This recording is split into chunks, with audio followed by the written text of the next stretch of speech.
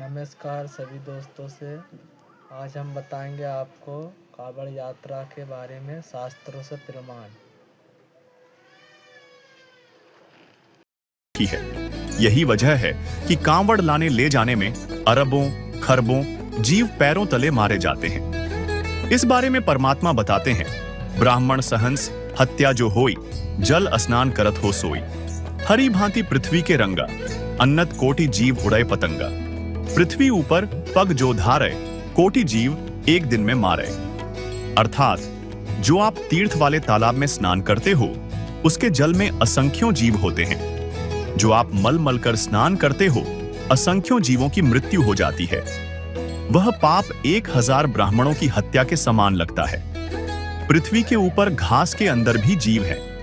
कुछ तो पृथ्वी के रंग जैसे हैं, कुछ घास के रंग जैसे हैं, कुछ सूक्ष्म हैं जो दिखाई भी नहीं देते।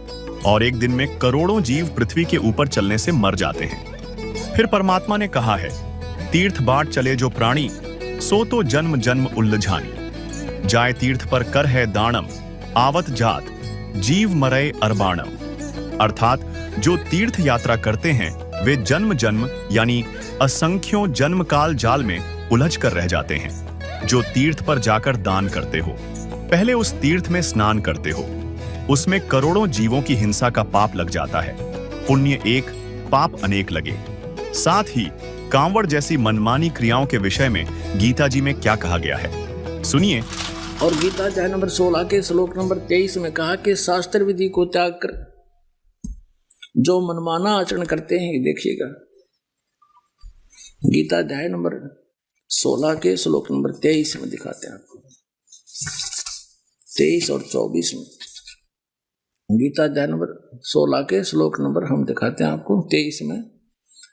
जो पुरुष शास्त्र विधि को त्याग कर अपनी इच्छा से मनमाना आचरण करता है, वह न सिद्धि को प्राप्त होता है, न परम गति को, और न सुख को ही।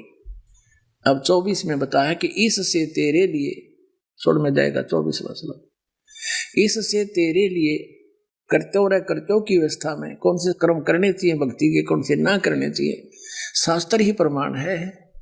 ऐसा जानकर तो शास्त्र विधि से नियत कर्म करने योग्य है, यानी शास्त्रों में जो वर्णित है वही साधना कर, अन्य करेगा तो कोई लाभ नहीं होगा, यूजलेस।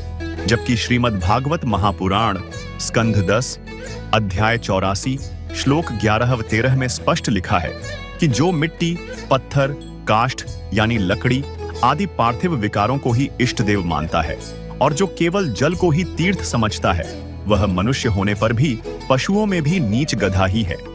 इसके अलावा संक्षिप्त गरुड़ पुराण धर्मकांड प्रेतकल्प अध्याय 38 पृष्ठ 565 में लिखा है, देवता कभी काष्ठ और पत्थर की शिला में नहीं रहते। वहीं कांवड़ लाने का प्रमाण न गीता में है और न वेद में। इसलिए यह एक शास्त्र विरुद्ध साधना है, और इस बारे में श्रीमद् भागवत महापुराण स्कंध 5 अध्याय 26 श्लोक 15 में भी लिखा है कि वैदिक मार्ग को छोड़कर जो पाखंड यानी कर्मकांड करता है, उसे नरक में डाला जाता है।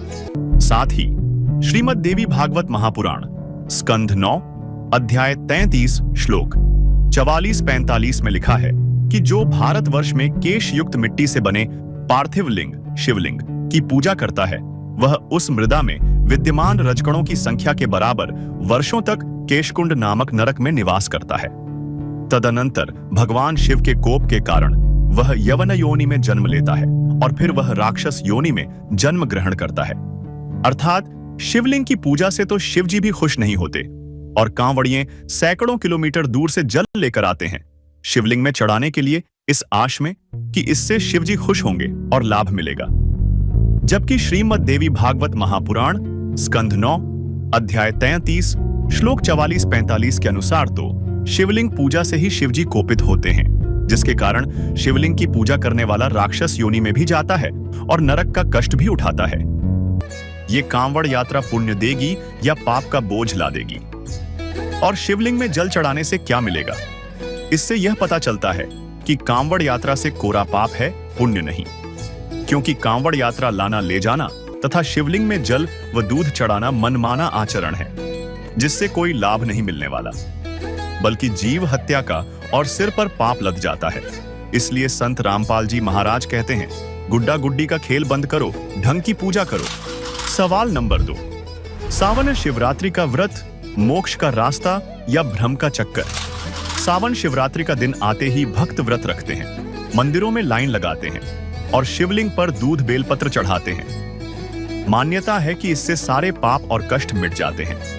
लेकिन जरा रुकिए, क्या भगवान शिव ने कहीं कहा है कि सावन में व्रत रखो और मेरा अभिषेक करो? श्रीमद् भगवद गीता, जिसे हिंदू धर्म का सबसे बड़ा धर्म ग्रंथ माना जाता है, में व्रत रखने के लिए साफ साफ मना किया गया है। देखिए, छठे अध्याय के 16वें श्लोक में फिर ये भी कहा कि अर्जुन, यह योग न तो बहुत खाने वाले का और न बिल्कुल न खाने वाले का। बहुत खाना तो यूँ है, पेट डडी पक्का खा ले, अंगड़ाई टूटे, भक्ति हो को ना। और बिल्कुल न खाना, व्रत रखना। व्रत रखना भी गीता में मना है। और ये व्रत रखवाओ एकादशी का, ये कहाँ से लाए? और न बहुत सहन करने वाले, सोने वाले का, और न अधिक जागने वाले का सिद्ध होता है। यानी अब ये साधना भी जो इसने बताई है काल भगवान ने, ब्रह्म ने,